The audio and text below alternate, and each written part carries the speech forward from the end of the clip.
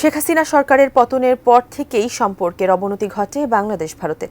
এই সম্পর্কের আরও অবনতি ঘটে সীমান্তে বেড়া দেয়াকে কেন্দ্র করে। বাংলাদেশের বাধার মুখে বেড়া না দিয়ে ফিরে যেতে হয় বিএসএফকে। এখন তাদের বিরুদ্ধে অভিযোগ উঠেছে গভীর রাতে সীমান্তের গেট খুলে পাগল প্রবেশ করানোর। সীমান্ত দিয়ে এসব পাগল অতি কৌশলে প্রতি রাতে পার করে দেওয়া হচ্ছে বলে জানান স্থানীয়রা। কুড়িগ্রাম থেকে MS সাগরের পাঠানো তথ্য ছবিতে মোহাম্মদ সোহাগ বিশ্বাসের রিপোর্ট। পাগল এসে আমি গোয়েন্দাটা কি চাপটা আমরা জানি না। এটা 8-10টা তো আসতেই করে দিলে।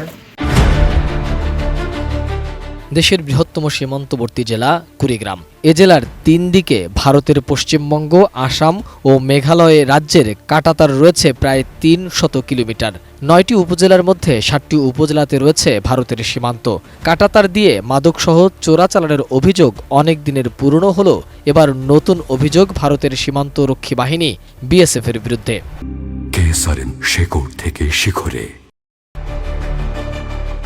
প্রতি রাতে 2 থেকে 3 জন করে সীমান্তের কাঁটাতারের গেট খুলে পাগল বাংলাদেশে পাঠিয়ে দিচ্ছে তারা। কুড়িগ্রামের ভুরঙ্গামারীর সোনাহাট, কচাকাটার শোভারকুটি, বালাবাড়ি, শৌলমারি, বালারহাট, নারায়ণপুর সহ রৌমারী, রাজীবপুর উপজেলার বিভিন্ন সীমান্ত দিয়ে বিজিবির চোখ ফাঁকি দিয়ে রাতের আধারে ঘন কুয়াশার মধ্যে বিএসএফ 2-1 জন করে পাগলকে কাঁটাতারের গেট খুলে ভারতের সীমান্ত দিয়ে ঢুকিয়ে দিচ্ছে বলে অভিযোগ উঠেছে। ওই গেট যখন এসে তখন পাগল যাই ভালো না মন্দ, গোয়েন্দা না ভালো, ওই ডেলি দিন 2-1 জন করে পাগল দিতে থাকে।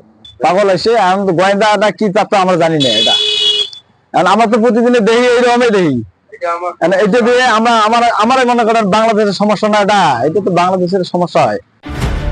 গত 12 জানুয়ারি থেকে 14 জানুয়ারি পর্যন্ত ভারতের সীমান্ত দিয়ে কচাকাটা থেকে সোনাহাট হয়ে নাগেশ্বরী পর্যন্ত প্রায় 5 থেকে 6 জন নতুন পাগল দেখা গেছে। আসলে এরা পাগল নাকি অন্য কিছু, এ নিয়ে স্থানীয়দের মাঝে আতঙ্ক দেখা দিয়েছে। ভারতের বেশি গেট পার করে দেয়, দিয়ে আবার গেট বন্ধ করে দেয়। প্রতিদিন 2-4 জন করে পার করে দেয়। 8-10টা তো আসতেই করে দিলে নিত্য নতুন। এটা গতকালকে আসছে, গতকালকে থেকে দেখতেছি।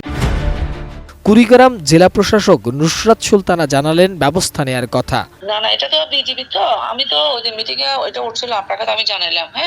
তারা বললো যে তারা এটা নিয়ে খুব তৎপর। এখন তো দেখি তো আপনি আবার 4 জন দিলেন। এখন এটা ওনাকে জানাই আর কি, যে কিভাবে তাহলে আসতেছে। ওনারা তৎপর হলে আমি ওনাদের সাথে কথা বলতেছি আর কি। পাগলের বেশে বাংলাদেশে প্রবেশ করা ব্যক্তিরা আসলে পাগল নাকি অন্য কিছু, তা নিয়ে আছে নানা প্রশ্ন। মোহাম্মদ সোহাগ বিশ্বাস, ATN নিউজ, ঢাকা।